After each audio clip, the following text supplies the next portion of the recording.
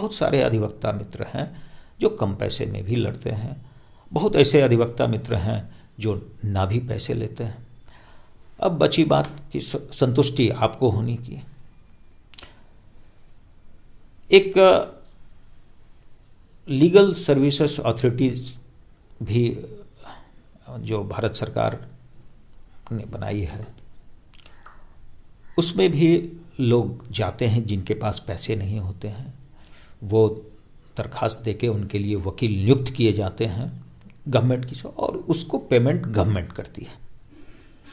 प्रतिदिन सरकार उसको केसेस के हिसाब से पैसे मिलते हैं।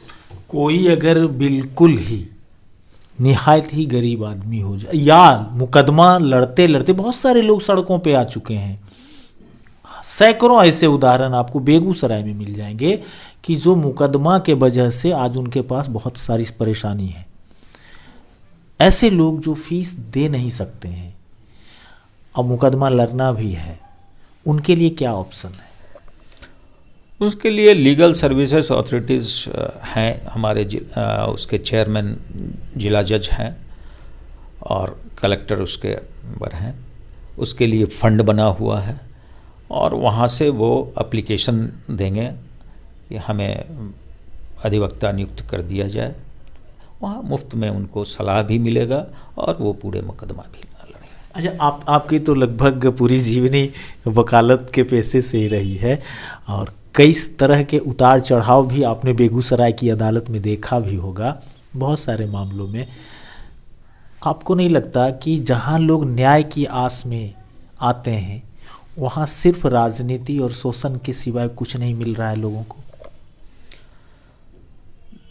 राजनीति तो एक हिस्सा है समाज का, राजनीति होनी चाहिए, लेकिन गंदी राजनीति नहीं होनी चाहिए, ईर्ष्या द्वेष की राजनीति नहीं होनी चाहिए। राजनीति बिल्कुल स्पोर्टिव होनी चाहिए। जनता दोनों तरह की है, बचाव में भी और अभियोजन पक्ष में भी। वहाँ पर जो भी हमने देखा है वो सिर्फ मुवक्किलों को जागरूक होने की ज़रूरत है। प्रतिस्पर्धा मुवक्किलों में रहती है कि किस तरह से एक दूसरे को मुकदमे में पछाड़ें। उसमें अधिवक्ता की कोई भूमिका नहीं होती है और इससे जो न्यायिक प्रशासन है उसको भी बचने की ज़रूरत है।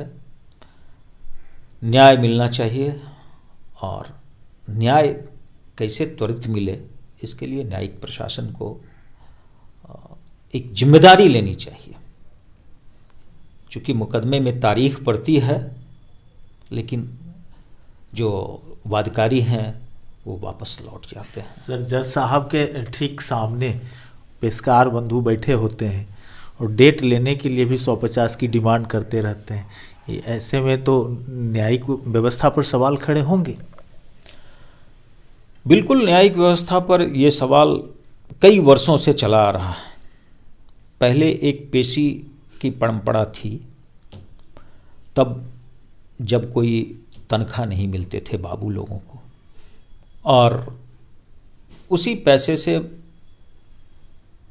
जो व्यवस्था थी वो व्यवस्था संभलती थी। लेकिन कालांतर में सब लोगों को सैलरी मिलने लगा, उससे पेशी की कोई व्यवस्था कालांतर में नहीं रही। लेकिन व्यावहारिक तौर पे लोग अपनी सुविधा के लिए जो वादकारी होते हैं उनके पैरवीकार होते हैं, वो लोग इसे बढ़ावा देते हैं। दो पक्ष लड़ते हैं और दोनों पक्ष एक दूसरे को हर चीज से पछाड़ते हैं, चाहे पैसे खर्च करने में, वो नाजायज पेशी देकर तारीख लेने पर, तारीख दर तारीख लेने। इसमें सामाजिक लोगों को ही पहल करने की आवश्यकता है, क्योंकि अधिवक्ता सिर्फ वकालत करते हैं और आपकी कॉज को न्यायालय में पेश करते हैं, लेकिन दाव पेच की लड़ाई, अगर किसी ने कंप्लेन कर दिया और संजीव कुमार को वकील रख लिया तो फिर संजीव कुमार क्या बोलेंगे? कंप्लेन तो आती ही है जी। और कई बार आई भी है, उसके लिए व्यवस्था है। अगर कोई किसी पेशकार या कोई न्यायालय के कर्मी या कोई पदाधिकारी के खिलाफ भी अगर शिकायत रहती है तो उसके लिए एक सिस्टम बना हुआ है, उस सिस्टम में कंप्लेंट देना है। लेकिन हम ये देखे हैं कि लोग शिकायत करने से ही भाग जाते हैं, शिकायत नहीं करने के लिए आते हैं, क्योंकि शिकायत करने पर उन्हें संघर्ष करना पड़ता है और साक्षी भी भाग जाते हैं, जल्दी इसमें साक्ष्य के लिए तैयार नहीं होते हैं। लेकिन इस व्यवस्था पर न्यायिक प्रशासन, माननीय उच्च न्यायालय और माननीय जिला जज, ये सारे लोग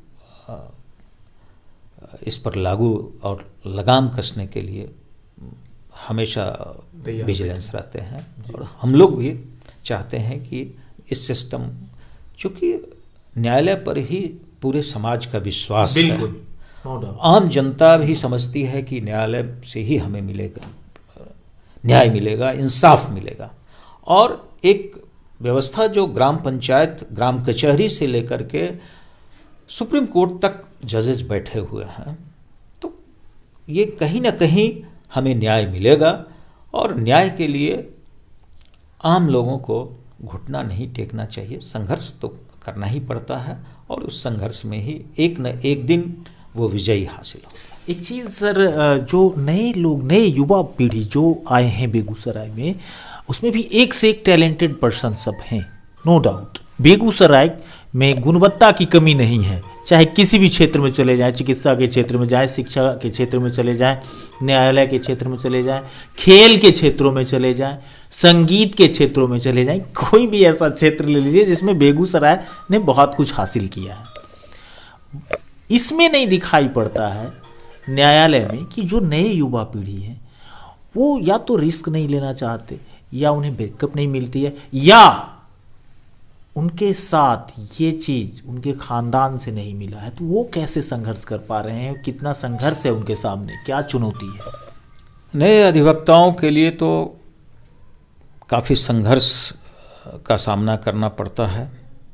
वैसे वकालत नए और बुजुर्ग दोनों को संघर्ष का सामना, जिनको विरासत में मिलती है, बाईपास का रास्ता है। जी हाँ, विरासत में जिनको मिलती है उन्हें ज़्यादा संघर्ष करने की ज़रूरत नहीं होती है, इसलिए कि उन्हें मुकदमा, वादकारी आसानी से मिल जाते हैं और उसको वे लोग समाज में भी चूँकि मान्यता मिली रहती है कि इनका विरासत का पेशा है और उनके पास हमें जाएं, हमें न्याय मिलेगा।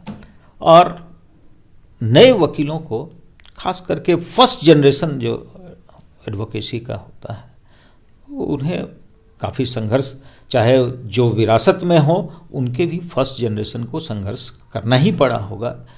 और वो जो एक बनी हुई चीज़ें मिलती हैं दूसरे पीढ़ी को, वो दूसरी पीढ़ी तीसरी पीढ़ी को दे जाते हैं।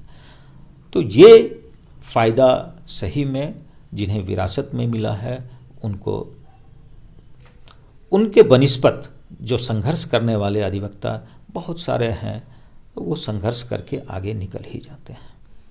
बहुत बहुत धन्यवाद। तो ये थे हमारे साथ advocate, senior advocate Sanjeev Kumar ji, जिनसे हमारी बहुत सार्थक बातचीत हुई है और कई सारे गंभीर मुद्दों पे हम लोगों ने खुल के बात किया है, जिसमें कि फीस, वकील के फीस को लेकर के, न्याय व्यवस्था को लेकर के, सरकारी व्यवस्था को लेकर के, गवाहों को लेकर के, मुवक्किलों को लेकर के, तमाम चीज़ें हमने इनसे जानकारी लिया है और आप तक पहुंचाने का प्रयास कर रहे हैं। संभवतः आपको यह वीडियो बहुत पसंद आएगा, क्योंकि इसमें आपके हित की वो तमाम चीज़ें हैं जिसे आप सोने वक्त अपने दिमाग में घुमाते रहते हैं। आप कहीं मत जाइएगा, बने रहिएगा BT न्यूज़ बिहार के साथ। तब तक के लिए नमस्कार।